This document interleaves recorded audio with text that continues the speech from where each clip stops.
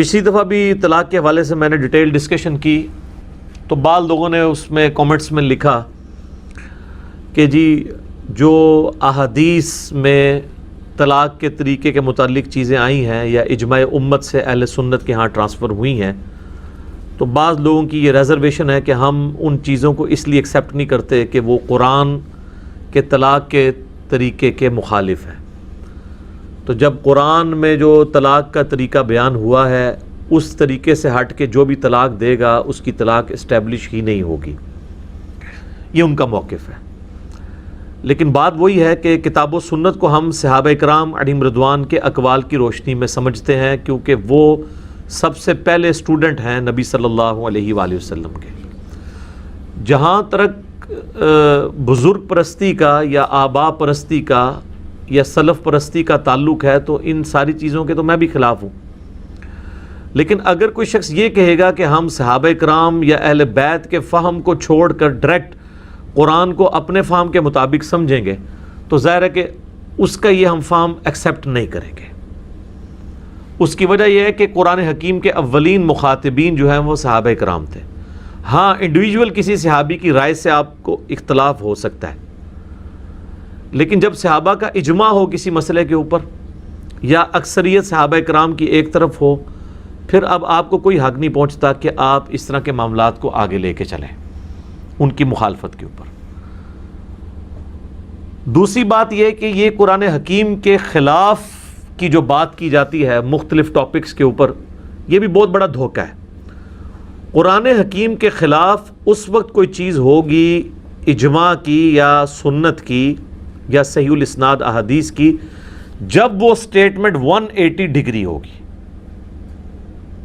اگر قرآن کسی معاملے میں خاموش ہے اور آپ اپنے فہم سے اس کو اس طریقے سے ڈیڈکٹ کر رہے ہیں تو آپ یہ نہیں کہیں گے کہ قرآن کے خلاف ہے۔ قرآن کے خلاف تب ہوگا جب احادیث یہ کہتی ہوں کہ اکٹھی 3 طلاقیں دی جائیں سوائے ایک لیان کے مسئلے کے۔ وہ تو مسئلہ ہی قرآن میں بھی بالکل ڈیفرنٹ طریقے سے ہے، کسی حدیث میں نہیں آیا کہ اکٹھی 3 طلاقیں دو۔ اگر اس طرح آتا پھر ہم کہتے ہیں یہ قرآن کے خلاف ہے۔ احادیث میں تو یہ آیا ہے کہ 3 طلاقیں جب دی گئی ہیں تو اسے اسٹیبلش کیا گیا ہے گناہ کے ہوتے ہوئے۔ یہ کہیں احادیث میں نہیں آیا کہ جی اکٹھی 3 طلاقیں دی جائیں۔ اس کے الٹ ملتا ہے، سنن نسائی کے اندر حدیث ہے، ایک شخص نے اپنی بیوی کو ایک مجلس میں 3 طلاقیں دیں تو نبی صلی اللہ علیہ وآلہ وسلم اتنے جلال میں ہے، آپ نے فرمایا کہ میں زندہ ہوں اور اللہ کی حدوں کو توڑا جا رہا ہے۔ ایک صحابی کھڑے ہوئے، ان کا یا رسول اللہ اجازت دیں اس کی گردن میں کاٹ دوں، لیکن آپ علیہ السلام نے اس کی اجازت نہیں دی۔ یہ حدیث اس بات کا ثبوت ہے کہ نبی علیہ السلام نے اس کو ناپسند فرمایا ہے اکٹھی 3 طلاقیں دینے کو، اور کہا جا رہا ہے کہ اللہ کی حدود توڑی جا رہی ہیں۔ اگر اکٹھی 3 طلاقیں دینے سے طلاقیں اسٹیبلش نہ ہو رہی ہوتی تو نبی علیہ السلام کو یہ کہنے کی ضرورت نہیں تھی کہ اللہ کی حدود توڑی جا رہی ہیں۔ آپ یہ فرما دیتے یہ ایک محمل جملہ، یہ اسٹیبلش ہی نہیں ہوا، کوئی حد ٹوٹی ہی نہیں ہے۔ حد ٹوٹنے کا مطلب یہ ہے کہ ایک چیز غلط طریقے سے ہو گئی ہے اور اسٹیبلش ہو گئی ہے۔ پھر مسلم شریف میں حدیث ہے کہ نبی علیہ السلام نے حالت حیض میں طلاق دینے سے منع فرمایا، اور ڈیٹیل ملتی ہے کہ عبداللہ بن عمر نے حالت حیض میں اپنی بیوی کو طلاق دی تو نبی علیہ السلام نے ان کو کہا کہ رجوع کرو۔ تو وہ پھر آگے وہ تابعی پوچھتا ہے کہ وہ ایک طلاق جو حیض کی حالت میں دینا حرام ہے، وہ جو دی تھی وہ اسٹیبلش ہو گئی تھی، انہوں نے کہا اس کو اسٹیبلش کیے بغیر تو چارہ نہیں تھا، اگرچہ ہوئی حرام طریقے سے، لیکن اس ایک طلاق کو جو ایک اختیار تھا مرد کا وہ اس نے یوز کر لیا، وہ اسٹیبلش ہو گئی۔ اسی طریقے سے عوام میں یہ بھی مشہور ہے کہ جی جو پریگننٹ عورت ہے حاملہ اس کو طلاق نہیں ہوتی، یہ بالکل جھوٹ ہے، کسی آیت کسی حدیث میں نہیں ہے، یہ آپ کی فلموں میں فلما دیتے ہیں۔ تو فلموں میں تو کئی ایک چیزیں ہیں جو عقیدے بن جاتے ہیں لوگوں کے، چاہے عورت پریگننٹ ہے یا نہیں ہے، طلاق اس کو دیں گے وہ طلاق اسٹیبلش ہو جائے گی۔ تو یہ ان باتوں کو یہ کہنا کہ قرآن کے خلاف ہے، قرآن کے خلاف تب ہوں گی جب آپ 180 ڈگری قرآن سے دکھائیں گے۔ قرآن میں کس جگہ پہ لکھا ہے کہ کوئی اگر اکٹھی 3 طلاقیں دے تو طلاقیں نہیں ہوں گی؟ جب تک یہ سٹیٹمنٹ نہیں، قرآن اس حوالے سے خاموش ہے، جس طرح اس سے بڑے معاملات میں قرآن خاموش ہے۔ قرآن کہتا ہے جب جمعے کے لیے اذان دی جائے تو مسجد کی طرف جاؤ، لیکن بتاتے ہی نہیں ہے کہ اذان کے الفاظ کیا ہیں۔ اب کوئی اجتہاد کرے کہ نہیں جی وہ اذان کے الفاظ یہ ہوں گے کہ جی جمعہ کا ٹائم ہو گیا آ جاؤ مسجد ہی، اذان کہتے ہیں پکارنے کو، تو پکارا ہی نہیں الفاظ کے ساتھ جائے گا۔ وہ سنت ہمیں بتاتی ہے کہ اذان کے الفاظ ہیں جو نبی علیہ السلام نے تعلیم فرمایا امت کو۔ اسی طریقے سے قرآن حکیم میں نماز کی تاکید 700 مقامات پر آئی ہے، طریقہ ایک جگہ بھی نہیں آیا۔ آپ سے مشورہ کر کے قرآن نازل ہوتا تو ایک جگہ تاکید آتی، باقی 700 کی جگہ جو ہے وہ 15-20 آیات اس طرح کی ڈیٹیل نازل ہوتی جس میں نماز کا طریقہ آ جاتا تو اختلاف ہی ختم ہو جاتا۔ تو یہ یاد رکھیں کہ دین کے ماخذ بنیادی طور پر دو ہیں، قرآن اور سنت۔ جو کہتا ہے نا کہ دین کا ماخذ صرف قرآن ہے سنت نہیں ہے، وہ کافر ہے جی، گمراہ نہیں، کافر، اسے کفر اسلام کے اوپر بات ہوگی۔ اور جو یہ کہتا ہے کہ جو حدیث قرآن کے خلاف ہوگی، قرآن سے ٹکرائے گی، ہم اسے ایکسیپٹ نہیں کریں گے، وہ ہمارا بھائی ہے، اسے گلے سے لگائیں گے، لیکن اسے یہ سمجھائیں گے، گلے سے لگانے کے بعد نا اس کو بھینچیں گے زور سے اور اسے کہیں گے کہ بھائی قرآن کے خلاف تب ہوگی جب 180 ڈگری سٹیٹمنٹ آئے۔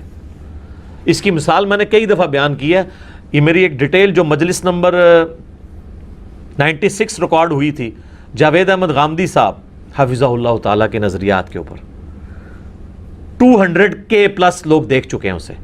اس کے بنیادی 40 منٹ جو شروع کیے وہ میں نے اسی پہ تو بریف کیے تھے کہ ہم سے مقدمے پہ، اصول پہ بات کریں۔ صحیح بخاری میں حدیث ہے کہ ایک شخص حضرت عائشہ کے پاس آتا ہے اور کہتا ہے کہ یہ قرآن میں جو سورۃ البقرہ کی آیت ہے کہ صفا اور مروہ اللہ کی نشانیوں میں سے ہیں، کوئی حرج نہیں کہ تم ان کا طواف کرو۔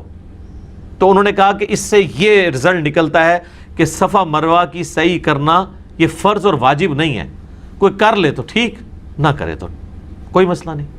اب ظاہری الفاظ میں اس طرح مانا بھی جاتا ہے، ایمانداری کی بات ہے، لیکن سیدہ عائشہ سلام اللہ علیہا نے فرمایا کہ یہ اس صورت میں ہونا تھا جب اللہ تبارک و تعالیٰ یہ کہتا کہ کوئی حرج نہیں ہے کہ صفا اور مروہ کی سعی نہ کرو۔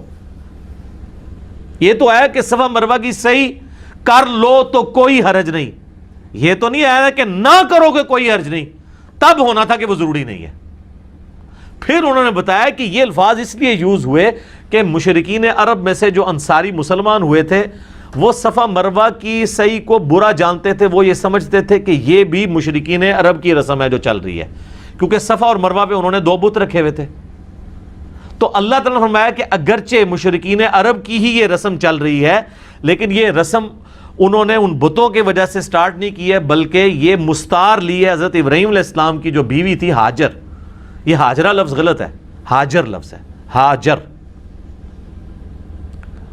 انہوں نے صحیح کی تھی صفا اور مروہ کے درمیان، لہٰذا یہ سنت ابراہیمی چلتی آ رہی ہے، تو کوئی حرج نہیں تم کرو، یہ اپنے دل میں میل نہ لاؤ کہ یہ مشرکین عرب کی رسم ہے۔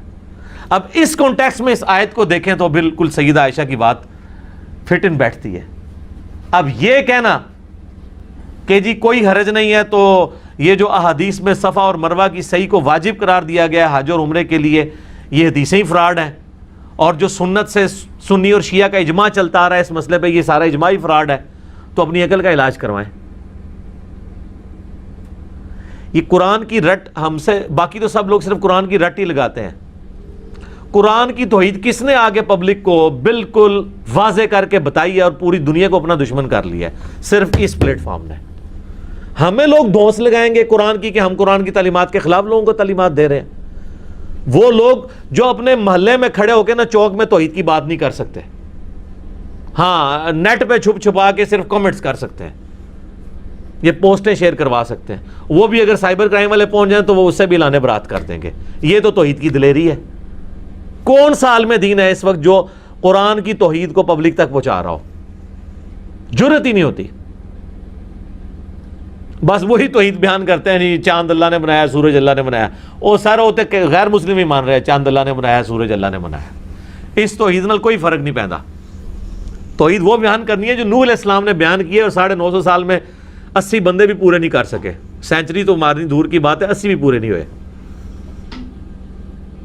تو وہ توحید آپ سے کوئی نہیں سنے گا. تو اللہ کا شکر ہے یہ پلیٹ فارم قرآن کی دعوت کو لے کے چل رہا ہے. قرآن سے 180 ڈگری جب تک سٹیٹمنٹ نہیں ٹکرائے گی, قرآن خاموش ہے کہ کٹھی 3 طلاقیں دی جائیں تو اس کا کیا ہوگا. وہ صحابہ اکرام کے میں نے الموطا امام مالک سے بتایا اقوال موجود ہیں, پوری ڈیٹیل کے ساتھ یہ چیزیں موجود ہیں. اور دوسری بات یہ, ہمارے معاشرے میں جو چیز عام ہو گئی ہے نا کہ 3 طلاقیں ضروری دینی ہے, بیوی کون ہی ہے, یہ بھی غلط ہے. طلاق تو ایک ہی دینی چاہیے. 3 طہر کے بعد 90 دن کے بعد وہ طلاق بائن بن کے بیوی ویسے ہی فارغ ہو جائے گی, نکاح ٹوٹ جائے گا. اب اس عورت کی مرضی, چاہے آپ سے دوبارہ نکاح کرے چونکہ ایک طلاق ہوئی بھی ہے نا, چاہے کسی اور مرد سے کرے.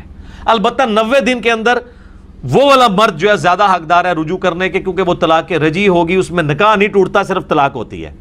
لیکن 90 دن کے بعد طلاق بائن ہونے سے نکاح بھی ٹوٹ جاتا ہے, اب نیا نکاح اور نیا حق مہر ہوگا. تو طلاق ہونی ایک چاہیے.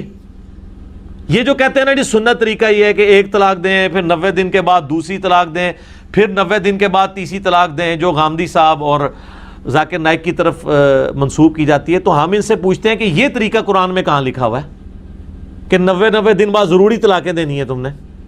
یہ بھی تو آپ نے خود ہی گھڑا ہے نا, اور آپ دعویٰ کر رہے ہیں کہ یہ قرآن کا طریقہ ہے. قرآن کا طریقہ تو ہے کہ طلاق ایک دینی ہے آپ نے. وہ جو ہے نا طلاق مرتان, وہ یہ ہے کہ بفرض محال کبھی مسئلہ بن گیا اور دوبارہ دینی پڑ گئی تو 2 ہی دفعہ دے سکتے ہو, تیسری دفعہ بیوی فارغ ہو جائے گی. یہ جو آپ کہتے ہیں نا قرآن کا طریقہ ہے کہ 90 دن بعد دیں گے, پھر 90 دن بعد دیں گے, جھوٹ باندھ رہے ہیں آپ لوگ قرآن کے اوپر. کدھر قرآن میں لکھا ہوا ہے 90 دن کے بعد دیں گے؟ قرآن میں تو ایک طلاق کا ذکر ہے صرف, کہ طلاق ایک دینی ہے, اور اس کے بعد ذکر آتا ہے کہ چاہو تو رجوع کر لو, اور چاہے تو وہ جب 90 دن گزر جائیں وہ کسی اور سے نکاح کر لے. دوسری تیسری طلاق تو قرآن میں ہے ہی نہیں ہے. وہ تو اس صورت میں جب وہ بسانے کی نیت سے لے آیا تھا, پھر کبھی حالات کبھی خراب ہو گئے, سال بعد 2 سال بعد 10 سال بعد تو اس نے دوسری دی. یہ 90 دن کے جو آپ نے پیچز بنا کے اور ایک خود ساختہ طریقہ امت کو بتا رہے ہیں اور کلیم کر رہے ہیں گلے پھاڑ پھاڑ کے یہ قرآن کا طریقہ ہے, تو قرآن ہم سے زیادہ آپ جانتے ہیں. کدھر قرآن میں لکھا ہوا ہے طریقہ؟ کوئی قرآن میں یہ طریقہ نہیں لکھا ہوا. قرآن اس حوالے سے خاموش ہے. جس طرح اس سے بڑے معاملات کے اوپر قرآن خاموش ہے, سنت کی طرف لے کے جاتا ہے, اس معاملے میں بھی سنت کی طرف لے کے جاتا ہے. کافی عرصہ پہلے جب میرا یہ نظریات سامنے آیا نا, اس وقت مولانا اسحاق صاحب رحمہ اللہ تعالی زندہ تھے. تو ہمارے جو فات بھائی ہیں جو ان کا چینل چلاتے ہیں, مولانا اسحاق اردو, نصر یونیورسٹی میں وہ پروفیسر ہیں, شریف النفس آدمی ہیں, مجھ سے رابطے میں رہتے ہیں. تو انہوں نے نا مولانا اسحاق صاحب رحمہ اللہ تعالیٰ کو کال ملائی کہ اس طرح جو ہے نا, وہ انجینئر صاحب کہتے ہیں کہ ایک مجلس کی 3 طلاقیں 3 ہوتی ہیں. انجینئر صاحب یہ نہیں کہتے کہ ایک مجلس میں 3 طلاقیں دی جائیں, میں تو ایک طلاق کے بھی مخالف ہوں. آپ 3 کی بات کر رہے ہیں, ہم تو لوگوں کو چیخ چیخ کے مسلم شریف کی حدیث سنا رہے ہیں کہ شیطان کا تخت پانیوں پہ لگا ہوا ہے, وہ تو خوش ہوتا ہے جب کوئی طلاق ہوتی ہے, تو وہ اپنے اس چیلے کو جس نے طلاق کروائی ہوتی ہے اس کو جفی ڈال کے ملتا ہے. میں نے کو کہنا ہے کہ 3 طلاقیں ایک مجلس میں دیں, میں تو یہ بتا رہا ہوں کہ اگر کوئی دے بیٹھے تو اسٹیبلش ہو جائیں گی. لوگوں کو ایجوکیٹ کریں کہ 3 کیا, وہ 1 بھی نہ دے, اور جب کبھی دینی پڑے تو 1 ہی دے. اور اگر پاکستان کے قانون کے شر سے بچنا ہو تو عورت خلا لے لے, کیونکہ مسند امام شافعی میں سیدنا عثمان غنی رضی اللہ تعالیٰ عنہ کا فتویٰ موجود ہے کہ اگر عورت خلا لے گی نا, اگرچہ خلا ایکویلنٹ ٹو 3 طلاق ہوتا ہے, یا 1 طلاق 90 دن گزر جائیں تو اس کے ایکویلنٹ ہوتا ہے, لیکن اس میں چونکہ مرد نے طلاق نہیں دی ہوتی, لہٰذا اسی مرد کے ساتھ دوبارہ شادی ہو سکتی ہے, حلالے اور حرامے کے بغیر ہی. وہ میں نے پچھلی دفعہ بریف کر دیا تھا حلالہ کیا اور حرامہ کیا. حلالہ بھی وہ ایک چھری بنائی ہوئی ہے, وہ تو حلالہ نیچرل ہو جائے تو ہو جائے. یہ جو پری پلان حلالہ ہے اس کو تو سنن ابن ماجہ میں لعنت کی گئی ہے. تو مولانا اسحاق صاحب کو انہوں نے کال ملائی کہ اس طرح جی انجینئر صاحب یہ کہتے ہیں جی کٹھی تھی. میں نے کبھی یہ نہیں کہا کہ کٹھی 3 طلاقیں دیں, میں تو آپ سے ایک ورژن آگے ہوں. آپ تو کہتے ہیں نا 90 دن کر کے کہیں, میں تو کہتا ہوں 2 ہی کوئی نہ, اور اگر 2 تو قرآن کے تحت 1 ہی دو. 90 دن کے بعد وہ ویسے ہی آزاد ہے, چاہے آپ سے شادی کرے چاہے کسی سے, کم از کم آپشن تو کھلا رہے. تو آپ کے بزرگوں نے, آپ کے علماء نے, آپ کے بھی سو کالڈ قرآن کی دعوت دینے والوں نے آپ کو قرآن کے طلاق کا طریقہ بھی غلط بتایا ہے. قرآن کی طلاق کا طریقہ تو ہم آپ کو بتا رہے ہیں کہ یہ ہے. آپ کو کس نے کہہ دیا 90 دن کے بعد دو؟ وہ بھی غلط ہے. طلاق تو 1 ہی دینی ہے اگر ضرورت پڑے, 90 دن بعد وہ ویسے ہی عورت آزاد ہے. ویسے بھی اس نے جو اپنا خلا کا وہ اس کا جو عدت کا پیریڈ ہے وہ تو 90 دن گزارنا ہی ہے، چاہے کسی نے حرام کام کرتے ہوئے کٹھی 3 دی ہیں چاہے 1 دی ہیں، 90 دن تو اس نے گزارنے ہیں، اس سے پہلے تو وہ شادی کر بھی نہیں سکتی، لہٰذا 1 ہی دیں، 90 دن بعد وہ آزاد ہے۔ ہاں جو عورت خلا لے گی تو وہ ابو داؤد ترمذی ابن ماجہ میں موجود ہے کہ اس کی جو عدت ہے نا وہ 1 مہینہ ہے، بشرطے کہ وہ پریگنٹ نہ ہو۔ پریگنٹ کی قرآن میں آیا کہ وضع حمل، اولاد پیدا ہونے کے بعد اس کی عدت ختم ہوگی، چاہے وہ 6 مہینے لگ جائیں، چاہے وہ 9 مہینے لگ جائیں، چاہے 1 دن لگے، اور اگر وہ متعلقہ ہے تب بھی اور بیوہ ہے تو تب بھی، سوگ بھی ختم ہو جائے گا 4 مہینے 10 دن والا۔ یہ اللہ نے پریگنٹ عورت کو نا ایک ایج دی ہے کہ کیونکہ اس کے گھر اب خوشی آئی ہے نا تو اب سوگ کی کوئی تک نہیں بنتا، کیونکہ اللہ نے اس سے بڑی خوشی اسے دے دی ہے، تو سوگ اس کا ختم، اب جو بیوہ نے کرنا تھا وہ بھی ختم۔ تو قرآن کی روح سے یہ باتیں کرنا غلط ہے۔ وہ مولانا ساق صاحب کو فات بھائی نکال ملائی اور کہا جی وہ علی بھائی کہتے ہیں کٹھی 3 ہو جاتی ہیں، اور وہ کہتے ہیں یہ صحابہ کا اجماع ہے، اور وہ کہتے ہیں یہ جو حدیث ہے مسلم شریف کی کہ نبی علیہ السلام کے زمانے میں 3 ایک تصور کی جاتی تھی، پھر حضرت ابوبکر کے زمانے میں، پھر حضرت عمر کے بھی ابتدائی چند سالوں میں، پھر حضرت عمر نے اس کو اسٹیبلش کیا کہ 3 کٹھی دی جائیں گی تو 3 ہی میں شمار کروں گا، مسلم شریف کی حدیث۔ تو پہلی بات یہ ہے کہ یہ تو حدیث آپ لوگوں کے بھی خلاف جاتی ہے، آپ لوگ کہتے ہیں کہ قرآن کے خلاف ہم نہیں باتیں مانیں گے، تو سیدنا عمر نے کیا قرآن کے خلاف یہ ڈیسیژن دیا تھا؟ یہ ہمیں پیش کرتے ہیں نا کہ حضرت عمر نے 3 طلاقیں اکٹھی کروائی ہیں، تو پیش کہاں سے کر رہے ہیں؟ مسلم شریف سے۔ تو پھر اگر اس حدیث کو آپ صحیح مانتے ہیں تو اس کا مطلب ہے کہ اس امت میں قرآن کے احکامات کو پہلے توڑنے والے تو آپ سیدنا عمر پہ تہمت لگا رہے ہیں کہ انہوں نے یہ کام جو توڑا ہے، تو یہ مجھے کیوں کہہ رہے ہیں کہ میں نے طریقہ بدل دیا اور میں لوگوں کو بتا رہا ہوں؟ آپ یہ حدیث ہمیں پیش کرتے ہیں نا، تو حدیث کو پھر آپ خود بھی ٹھیک مانیں نا، اور آپ کے حضرت عمر نے پہلی دفعہ قرآن کے طلاق کا طریقہ بدلا، قرآن میں طریقہ اور تھا، حضرت عمر نے اپنا بنا دیا، کڈی بڑی پھکی ہے، تو ہی لبدی ہے۔ اس کو کہتے ہیں تھنک آؤٹ آف باکس۔ وہی بات جو آپ دلیل کے طور پہ پیش کر رہے ہوتے ہیں وہ آپ کو پتہ ہی نہیں ہے کہ آپ ہمارے اوپر وہ تھوڑی مارنا چاہ رہے ہیں اور آپ کے اوپر وہ توپ کا گولہ بن کے گر رہی ہے۔ اور جیسے تو ہم پتہ ہے سمجھدار فوجی ہوتے ہیں نا، وہ گرنیڈ پھاڑ کے نا واپس اڑ دیتے ہیں، میرے اللہ کو گرنیڈ سٹے میں وہ بھی واپس سٹاں گا، نال جڑا نا تبرکن تو اور بھی چونگے سٹاں گا واپس۔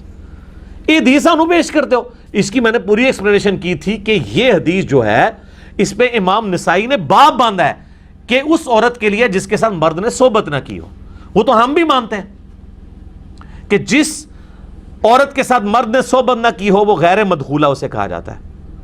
اس کو ایک وقت میں جب آپ 3 طلاقیں دیں گے وہ ایک سے ہی فارغ ہو جائے گی، اس کو 3 کی ضرورت نہیں، پھر اس کے ساتھ نیا نکاح ہو سکتا ہے۔ لیکن شادی شدہ عورت جس کی رخصتی ہو چکی ہے، جس سے مرد نے صحبت کی ہے، اس کے ساتھ اگر یہ کام کریں گے تو پھر سر اب وہ اس کی طرف آپ رجوع نہیں کر سکتے اگر کٹھی 3 طلاقیں دے دی ہیں۔ تو مولانا ساق صاحب کہتے ہیں کہ ہاں یہ علی کی بات صحیح ہے، وہ فون کال انہوں نے میرے خلاف چڑھائی ہوئی ہے، اس فون کال کی ایک ایک بات مولانا ساق صاحب نے اگرچہ میرے خلاف کی ہے لیکن وہ خود ان کے موقف کے خلاف جاتی ہے۔ انہوں نے کہا یہ علی کی بات صحیح ہے کہ صحابہ کرام کا یہی موقف تھا کہ کٹھی 3 طلاقیں 3 ہوتی ہیں۔ تو سر پہلی بات تو ثابت ہوئی کہ انجینئر صاحب صحابہ کرام کے فارم کے ساتھ کھڑے ہوئے ہیں، خود بقول مولانا ساق صاحب کے جو میرے خلاف کال ریکارڈڈ ہے 4 منٹ کی، وہ آپ سن لیں۔ دوسرا انہوں نے کہا علی کی یہ بات بھی صحیح ہے کہ عبداللہ ابن عباس جن کے اوپر یہ پورا اہل حدیث کا مسئلہ کھڑا ہے وہ خود بھی ایک وقت کی 3 طلاقوں کو 3 مانتے تھے۔ ان کے تو فتوے ہیں مصنف ابن ابی شیبہ میں، سنن الکبریٰ البیہقی میں، اور شیخ زبیر صاحب نے طلاق کے چیپٹر میں وہ جو ایک مجلس میں جو 3 طلاقیں اکٹھی ہو جاتی ہیں، وہ ایک بندہ آتا ہے عبداللہ ابن عباس کے پاس کہ میں نے 100 طلاقیں دی ہیں، تو انہوں نے کہا 3 طلاقوں کی وجہ سے تو تیری بیوی ہمیشہ کے لیے حرام ہوگی، 97 طلاقیں تو نے اللہ کے ساتھ مذاق کی ہیں۔ ابن عباس تو خود فتویٰ دیتے تھے کہ ایک مجلس کی 3 طلاقیں 3 ہوتی ہیں، لہٰذا ابن عباس کی حدیث مسلم شریف سے پیش کرنا کہ حضرت عمر پہلا شخص ہے جس نے کٹھی 3 طلاقیں کروائی ہیں، وہ انہوں نے کروائی تھی غیر مدخولات کے لیے۔ انہوں نے کہا کہ ہم اب اس کے لیے بھی اس کو اسٹیبلش کر دیں گے، اب لوگوں کا یہ عذر نہیں قبول کریں گے، یہ علیحدہ سے ایک ٹاپک ہے۔ تو وہ مولانا ساق صاحب کہتے ہیں کہ وہ ابن عباس بھی دیتے تھے، لو جی ایک ابن عباس پہ ہی آپ کھڑے تھے اور اس کی بھی ایک روایت کے اوپر جو مسلم شریف کے اندر ہے، اور اس کا فہم بھی آپ اس طریقے سے بیان کرتے تھے، اور جب ہم کہتے تھے کہ ابن عباس تو خود اس کے خلاف چلتے ہیں جو اپنی روایت بیان، اگر راوی حدیث اپنی روایت کے خلاف چل رہا ہو تو اس کا کیا مطلب ہے کہ وہ اس روایت کو کس درجے میں لیتا ہے؟ اس کا فام وہی لیتا ہے جو ہم لیتے ہیں، کہ ان کو عبداللہ ابن عباس کو پتا تھا یہ غیر مدخولہ کے لیے، جس کے ساتھ مرد نے صحبت نہ کی ہو۔ تو مولانا اسحاق صاحب کہتے ہیں وہ ابن عباس واقعی نا فتویٰ وہی دیتے تھے جو حضرت عمر کا ہے، وہ فتنے کے ڈر کی وجہ سے فتویٰ، یہ انہوں نے مولانا اسحاق نے تعویل کی۔ اس میں پھر میں نے ان کو علمی طور پہ جواب دوں گا ان کے شاگردوں کو کہ ابن عباس تو وہ بندہ ہے جو تو ڈرتا ہی نہیں تھا بڑے سے بڑے سخت حکمران سے بھی۔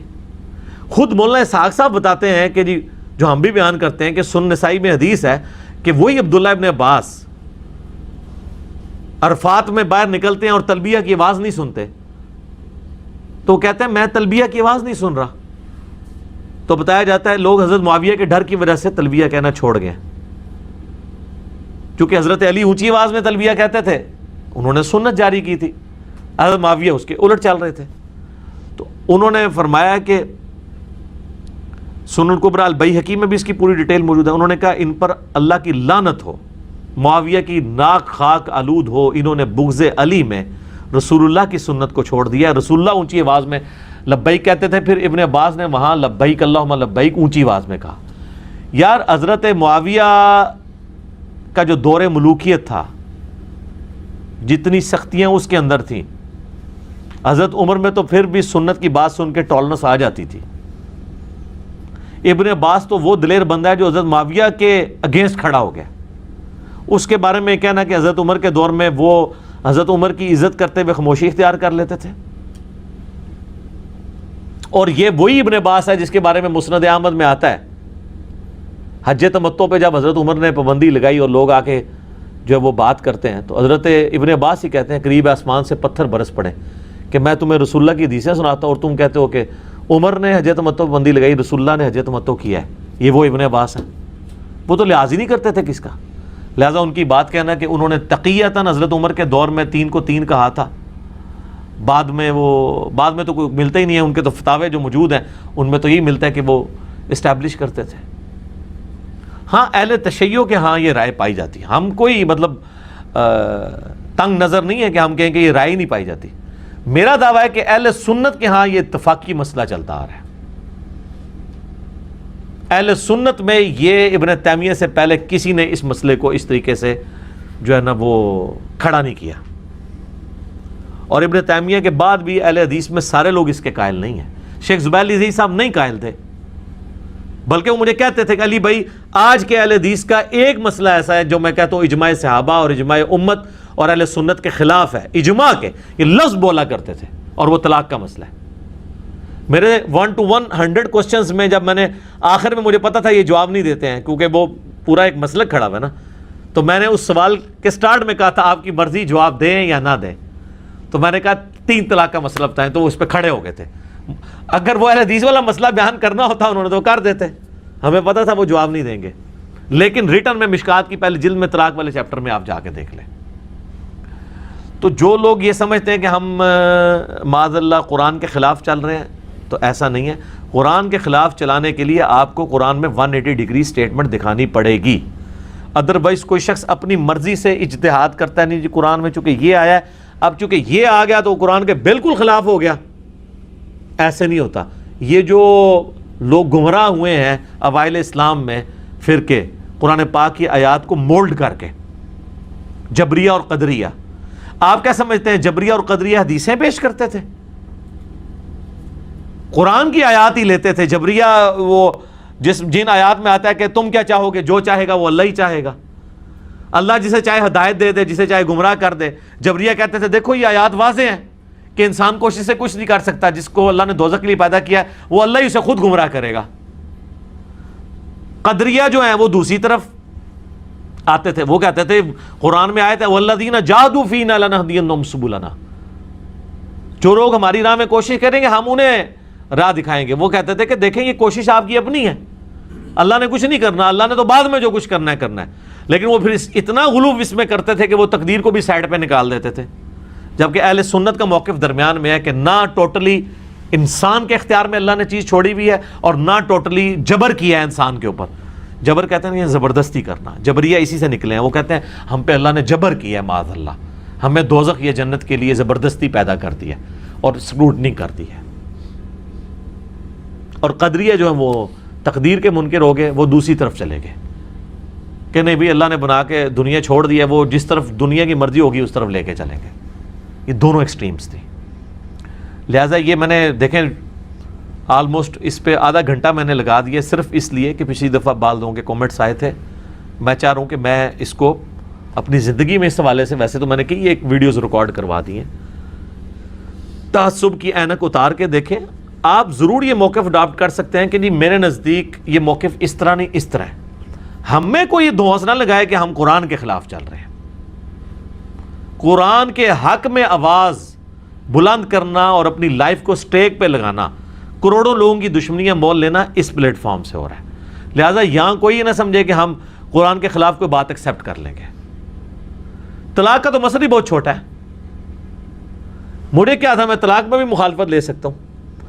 آج جو لوگ شرک کے اوپر چل رہے ہیں, آپ ان کو کہیں گے طلاق کا مسئلہ زیادہ آپ کو چبھتا ہے یا چبھے گا اگر میں وہ والا موقف اڈاپٹ کروں, یا یہ جو انجینئر صاحب آپ کے بابوں کے ساتھ جو کچھ کرتے ہیں ان کی تعلیمات کے ساتھ یہ چبھتا ہے, تو وہ کہیں گے جی وہ سارے موقف ہی اڈاپٹ کر لیں ہمارے مخالفت کے, صرف ہمارے بابوں کو کہنا چھوڑ دیں تو ہم اس کے ساتھ کھڑے ہیں. مجھے کئی علماء ہیں, مفتیاں ہیں, فون کرتے ہیں جی انجینئر صاحب بہت بڑا کام کر رہے ہیں جی آپ, اہل بیت کا دفاع تو کسی نے آج تک ویسا کیے نہیں جو آپ کر رہے ہیں, بس صرف بابوں پہ ہاتھ ہولا رکھیں. بھی بابوں پہ ہاتھ ہولا کیسے رکھ لیں؟ جب ہم اہل بیت کے دفاع کے لیے کھڑے ہیں تو ہم اللہ کے دفاع کے لیے نہ کھڑے ہوں, توحید کے دفاع کے لیے نہ کھڑے ہوں. اہل بیت سے ہماری عقیدت کیا اس وجہ سے ہے کہ وہ اہل بیت کو اللہ نے مرتبہ دیا ہوا ہے, یا اس وجہ سے کہ ان کی نسبت اللہ اور اس کے رسول کے ساتھ ہے؟ ہمیں کسی کے ساتھ کیا ہمدردی ہو سکتی ہے؟ دیکھیں انسان کی محبت صرف خونی رشتے کے ساتھ ہوتی ہے جو نیچرل ہے, باقی ساری محبتیں آپ نے ارن کرنی ہے. نبی علیہ السلام کے ساتھ بھی ہماری جو محبت ہے وہ ہم نے ارن کی ہوئی ہے, بچپن سے ہمارے دماغ میں ڈالا گیا. ادروائز آج ایک نیو مسلم آتا ہے, اس کو نبی علیہ السلام کی محبت ارن کرنی پڑے گی. صحابہ کو اس لیے ارن کرنی نہیں پڑتی تھی کہ وہ حضور کی صحبت کر لیتے تھے, آپ کی شخصیت سے متاثر ہوتے تھے, آہستہ آہستہ آپ کے دل میں, ان کے دل میں حضور کے لیے محبت آ جاتی تھی. آج نبی علیہ السلام کی آپ کس طرح کسی کے دل میں محبت ڈالیں گے؟ تعلیمات کی روشنی میں آہستہ آہستہ آہستہ آہستہ کرتے کرتے کرتے وہ ارن کرے گا. لیکن ماں باپ کی محبت, بیوی بچوں کی محبت آپ کو ارن نہیں کرنی پڑتی, بلکہ آپ کے اندر جبلی طور پہ اللہ نے رکھی ہوئی ہے. تو اہل بیت کی محبت ہمارے اندر جبلی نہیں ہے, ہم نے ارن کی ہے. صحابہ کی محبت ہم نے ارن کی ہے, رسول اللہ کی محبت ہم نے ارن کی ہے. تو جو محبتیں ہم نے ارن کی ہوئی ہیں وہ محبتیں ہم نے اللہ کی وجہ سے ارن کی ہیں. جبلت میں جو ہماری محبت ہے وہ ہماری گاڈ کے ساتھ ہے, جو کریٹر ہے ہمارا, وہ ہمارے اندر وہ محبت موجود ہے. آپ اسے عشق الہی کہہ دیں, اس کو محبت الہی کہہ دیں, جو بھی آپ اس کے لیے نام رکھتے ہیں, باقی سب نسبتیں تو اس کی وجہ سے. جامعہ ترمذی میں حدیث ہے, نبی صلی اللہ علیہ وآلہ وسلم نے فرمایا اللہ سے محبت کرو کہ اس نے تمہیں نعمتوں سے نوازا ہے. یعنی تمہارے پاس جو کچھ ہے, تمہارے بیوی بچے ماں باپ صحت آنکھیں دل گردے سرکمسٹانسز سب کچھ اللہ کے ہیں, یہ ڈیزرو کرتا ہے اسے محبت کرو. اور مجھ سے محبت کرو کہ میں اللہ کا پیغمبر ہوں. رسول اللہ نے اپنی شخصیت کو بھی اللہ کے ساتھ جوڑا ہے. یہاں پہ وہ شیخ احمد سرندی جسے یہ لوگ مجدد الافسانی کہتے ہیں, وہ الٹ بات کرتا ہے. وہ کہتا ہے میں اللہ سے محبت اس لیے کرتا ہوں کہ وہ رسول اللہ کا رب ہے. کتنا گستاخانہ جملہ ہے یہ. رسول اللہ کے سامنے کہا جائے نا تو جس طرح وہ ماشاء اللہ وشئت والے کو حضور نے کہا تھا نا, ٹھیک ہے, کہ بئس الخطیب انت, وہ جو مسلم شریف میں حدیث آتی ہے وَمَن يَعْصِهِمَا, جو ان دونوں کی نافرمانی کرے. اور مسند احمد میں آتا ہے کہ وہ حضور نے فرمایا قل بل ما شاء اللہ وحدہ. تو یہ اور قرآن میں آیا جناب لقد من اللہ علی المؤمنین اذ بعث فیہم رسولا, یہ اللہ کا احسان ہے کہ مومنین میں رسول کو بھیجا. اللہ نے تو یہ کہا نہیں ہے کہ یہ رسول اللہ کا احسان ہے کہ اس نے تمہیں اللہ کا تعارف کروایا. یہ ہر چیز کو الٹتا ہے. اور یہ تو چلو پرانے تھے نا, رسول اللہ تک رہتے تھے, اب تو رسول اللہ صلی اللہ علیہ وسلم بھی بیچ میں سے نکل چکے ہیں. اب تو کہتے ہیں ہمارے بابے سب کچھ ہیں, انہوں نے ہی ہمیں اللہ رسول کا تعارف کرایا. کھیت ہے مٹی تو انہوں تعارف کرایا ہے, اپنی عبادت کروائی ہے. اپنے نامہ دے کلمے پڑھوائے نے. تو ان چیزوں کو سمجھے کہ ہم سب کچھ اللہ کے ریفرنس سے لے کے چلتے ہیں. اگر اللہ کو آپ نے نکال دیا تو سر آپ کے پلے اب کوئی شے نہیں ہے. سورۃ البقرہ آیت نمبر 235. اعوذ باللہ من الشیطان الرجیم. بسم اللہ الرحمن الرحیم. ولا جناح علیکم فیما عرضتم بہ من خطبۃ النساء. اور کوئی گناہ نہیں تم پر اس بات میں کہ اشارے سے پیغام نکاح پہنچا دو ان عورتوں کی طرف، یعنی جو عورتیں مطلقہ ہیں یا بیوہ ہو چکی ہیں. او اکننتم فی انفسکم، یا اپنے دل میں اس خواہش کو چھپائے رکھو. علم اللہ انکم ستذکرونہن، اللہ تعالیٰ خوب جانتا ہے کہ تم ان کا ذکر تو کرو گے ہی، تم خواہش رکھتے ہو ان سے نکاح کی، لیکن ظاہر ہے کہ جب تک عدت ہے اس دوران آپ ان کو پیغام نکاح نہیں پہنچا سکتے، یہ اللہ کی طرف سے حرام ہے. وَلَٰكِن لَا تُوَاعِدُوهُنَّ سِرًّا، البتہ ان سے کوئی خفیہ طور پر وعدہ نہ لو. إِلَّا أَن تَقُولُوا قَوْلًا مَعْرُوفًا، ہاں شریعت کے مطابق کوئی معروف بات کر سکتے ہو، کسی کے ذریعے یہ پیغام پہنچا سکتے ہو، لیکن اس میں نکاح کے الفاظ نہیں استعمال. کسی عورت کے ذریعے ایسی مطلقہ یا بیوہ کو آپ پیغام یہ پہنچا سکتے ہیں کہ جی آپ نے عدت گزارنے کے بعد مجھے آپ سے ایک ضروری کام ہے. یہ نہیں کہہ سکتے کہ میں آپ سے نکاح کی خواہش رکھتا ہوں، تو ظاہر ہے کہ وہ عورت کو ایک اشارتاً بات پہنچے گی. تو یہ اللہ کی حدود ہے. وَلَا تَعْزِمُوا عُقْدَةَ النِّكَاحِ حَتَّى يَبْلُغَ الْكِتَابُ أَجَلَهُ، اور اس وقت تک بات پکی مت کرو نکاح کی یہاں تک کہ وہ جو اللہ کی کتاب ہے وہ اپنی انتہا کو پہنچے. یعنی کتاب سے مراد شریعت، یعنی اگر وہ عورت مطلقہ ہے تو پھر ظاہر ہے کہ 3 طہر تک، اور اگر وہ بیوہ ہے تو 4 مہینے 10 دن، وہ بھی قرآن میں گزر چکا، اور اگر وہ پریگنٹ ہے تو وہ پورے وضع حمل کے بعد اس کے بعد کے بھی 40 دن. وَاعْلَمُوا أَنَّ اللَّهَ يَعْلَمُ مَا فِي أَنفُسِكُمْ فَاحْذَرُوا، اور جان لو کہ اللہ تبارک و تعالی خوب جانتا ہے جو تمہارے جی کے اندر ہے، اس سے ڈرتے رہو. وَاعْلَمُوا أَنَّ اللَّهَ غَفُورٌ رَحِيمٌ، اور یہ بھی جان لو کہ اللہ تبارک و تعالی بے شک بخشنے والا ہے اور برداشت کرنے والا ہے. ان اللہ غفور حلیم، اللہ تعالیٰ بخشنے والا اور حلم والا، برداشت کرنے والا ہے. لا جناح علیکم ان طلقتم النساء ما لم تمسوہن، کوئی حرج نہیں تم پر اگر تم طلاق دو ان عورتوں کو جن کو تم نے ابھی تک ٹچ نہیں کیا. مراد یہ کہ ابھی رخصتی نہیں ہوئی، نکاح ہوا تھا. جیسے نبی علیہ السلام کا بھی سیدہ عائشہ سے نکاح ہوا، 3 سال بعد رخصتی ہوئی. تو عرب میں یہ تھا کہ طلاق مطلب رخصتی ڈیلے، ادھر بھی ہمارے معاشرے میں بھی ہے. جب تک وہ مرد کا کاروبار سیٹ نہ ہو جائے یا کوئی نوکری نہ لگ جائے تو بعض اوقات لٹکا کے رکھتے ہیں وہ بچیوں کو. تو اگر ایسا معاملہ ہے کہ تم نے طلاق دی ایسی عورت کو جن کو تم نے ابھی ٹچ نہیں کیا، او تفرضوا لہن فریضہ، یا ان کے ساتھ حق مہر فائنل نہیں کیا، یہ تو طے کر لیا ہے، حق مہر کے بغیر تو نکاح ہی نہیں ہوتا کہ حق مہر تمہیں دوں گا، لیکن وہ ابھی کوئی فائنل کنسنسس نہیں ہوا کہ کون سا ہے. اور اگر اس طرح کا اگر نکاح ہونا جس میں بھی فائنل نہیں ہوا تو عورت کے پاس مرد اسی صورت میں جائے گا کہ پہلے اسے حق مہر دے گا، ورنہ اس کے قریب نہیں جا سکتا، یا یہ ہے کہ عورت خود معاف کر دے. وَمَتِّعُوهُنْ، اور انہیں خرچہ دو، عَلَى الْمُوسِعِ قَدَرُهُ وَعَلَى الْمُقْتِرِ قَدَرُهُ، وسعت والا اپنی حیثیت کے مطابق اس کو جیب خرچ دے. یعنی جب آپ نے نکاح کر لیا نا تو اس دوران آپ بیوی کو جیب خرچ دیں، کیونکہ وہ آپ کی بیوی تو ہے. لیکن اگر وہ ڈیمانڈ نہیں کرنا چاہتی ہے، وہ بھی فی الحال ماں باپ کے گھر ہے، وہ علیحدہ معاملہ ہے، وہ خود چھوڑ دے علیحدہ معاملہ ہے، لیکن بہتر ہے کہ اس کو یہ دیا جائے.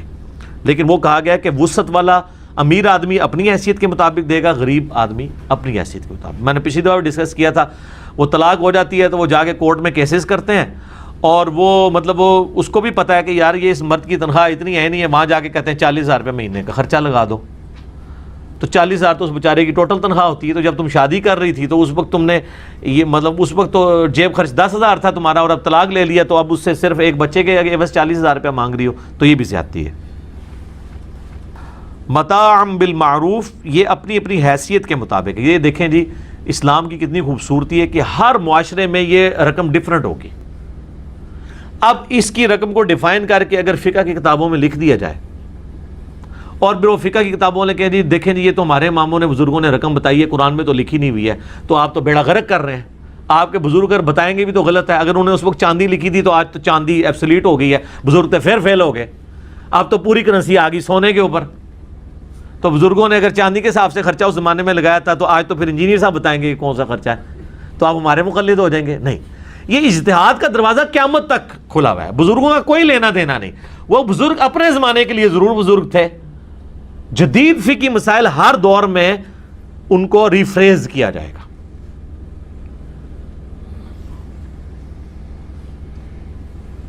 حقا علی المحسنین، یہ حق ہے، یہ فرض ہے نیکوکاروں کے اوپر کہ وہ یہ کام کریں۔ یعنی جو بدکار ہیں، جو فاسق و فاجر ہیں، وہ تو اللہ کی حدود کو توڑیں گے، جو اللہ کو ماننے والے ہیں اور اللہ کی ماننے والے ہیں وہ ان حدود کو کبھی بھی پامال نہیں ہونے دیں گے۔ وَإِن طَلَّقْتُمُوهُنَّ مِن قَبْلِ أَن تَمَسُّوهُنَّ، اور اگر تم طلاق دو انہیں اس سے پہلے کہ تم انہیں ہاتھ لگاؤ، تو پھر ایک اور شرعی حکم بھی ہے جس کو فالو کرنا ہے۔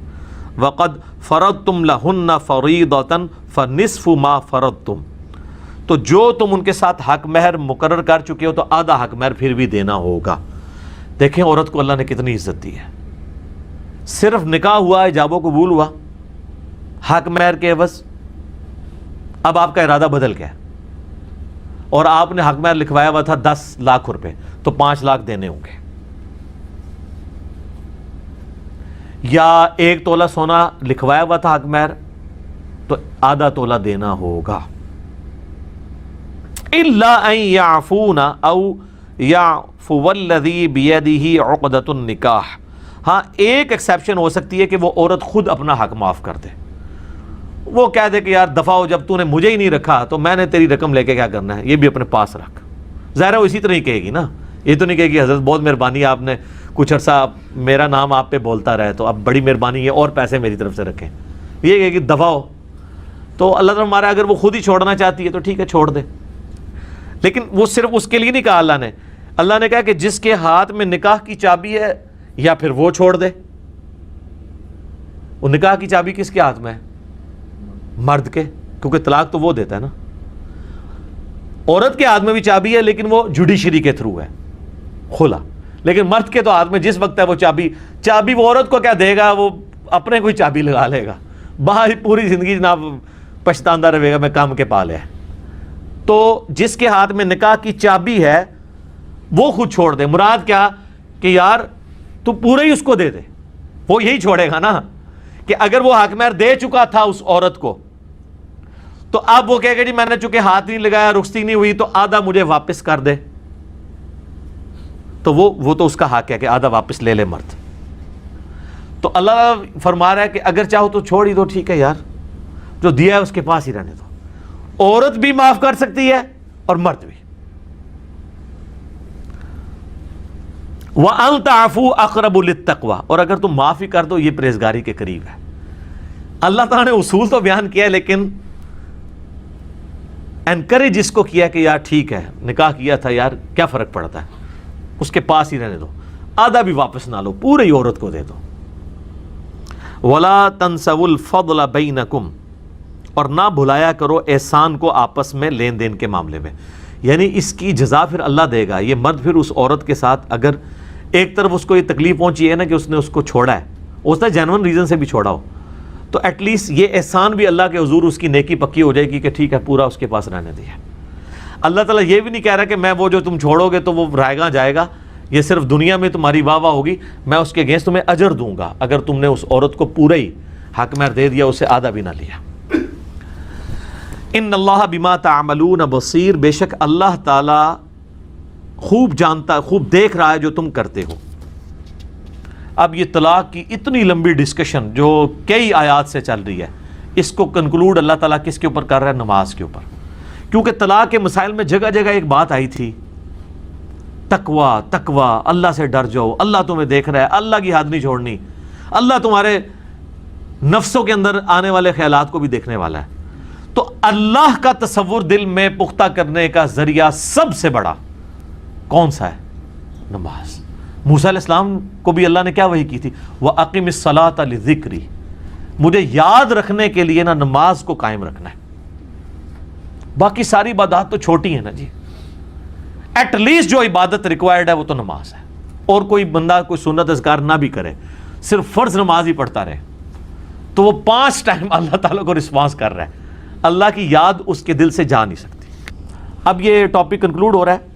والذین یتوفون منکم ویذرون ازواجا, تم میں سے جو لوگ فوت ہو جائیں اور وہ بیویاں پیچھے چھوڑ جائیں, وصیۃ لازواجہم متاعا الی الحول غیر اخراج, تو وہ پیچھے یہ وصیت کر جائیں کہ ان کی بیویوں کو 1 سال تک خرچہ دیا جائے اور گھر سے نہ نکالا جائے. یہ آیات پھر وہ وراثت کی آیات سے منسوخ ہو گئی. اس میں تو اللہ نے خود 1/8 حصہ رکھ دیا تھا بیوی کے لیے. ایک بیوی کو 1/8 ملے گا, اگر 2 ہوں گی تو 1/8 پورے مال کا 2 میں تقسیم ہوگا, 1/16 1/16 ملے گا. یہ نہیں ہے کہ اس کو بھی 1/8 ملے گا, پھر تو 4 بیویاں ہوئی تو پیچھے بچنا ہی کچھ نہیں ہے. ٹھیک ہے, تو یہ منسوخ ہو گیا. تو عورت کو آپ طلاق کے بعد بھی 1 سال تک خرچہ دیں گے. یہ اس صورت میں تھا جب اللہ نے وہ رکھا نہیں تھا, وہ والا معاملہ. فَإِنْ خَرَجْنَا فَلَا جُنَاحَ عَلَيْكُمْ فِي مَا فَعَلْنَا فِي أَنفُسِهِنَّ مِن مَّعْرُوف, اگر وہ خود جانا چاہتی ہیں تو کوئی گناہ نہیں تم پر, کہ وہ اگر کوئی اپنا مناسب معاملہ دیکھنا چاہتی ہیں, یعنی کوئی اور نکاح کرنا چاہتی ہیں, تو عدت کے دوران تو ظاہر ہے کہ وہ عدت وہیں گزاریں گی, بعد میں پھر وہ اپنے نکاح کر سکتی ہیں. واللہ عزیز حکیم, اور اللہ تعالیٰ غالب ہے, حکمت والا ہے. وَلِلْمُطَلَّقَاتِ مَتَاعٌ بِالْمَعْرُوف, اور جو طلاق یافتہ عورتیں ہیں ان کو بھی مناسب طور پہ کچھ نہ کچھ خرچہ دیا جائے. حقاً علی المتقین, یہ بھی متقین کے لیے ہے. ظاہر ہے وہ طلاق اگر آپ ایک عورت کو دیں گے نا, تو یہ ذہن میں رکھیے گا اس عورت کو آپ نے عدت کے دوران گھر سے نہیں نکال سکتے. 3 مہینے تک خرچہ بھی دیں گے, چاہے 1 طلاق دیا ہے یا غلطی سے 3 دے دیے, ہر صورت میں آپ نے اس کو یہ کرنا ہے. ہاں خود جانے چاہے وہ علیحدہ بات ہے. کذالک یبین اللہ لکم آیاتہ لعلکم تعقلون, اللہ تعالیٰ اس طریقے سے اپنی آیات کھول کھول کر بیان کرتا ہے تاکہ تم سمجھ جاؤ. تو یہ آیت نمبر 242 پہ وہ ٹاپک طلاق والا مکمل ہوا.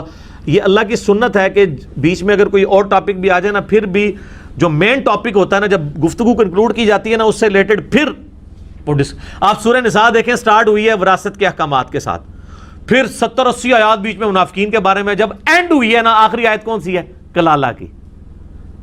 تو جو مرکزی ٹاپک, تو یہاں پہ مرکزی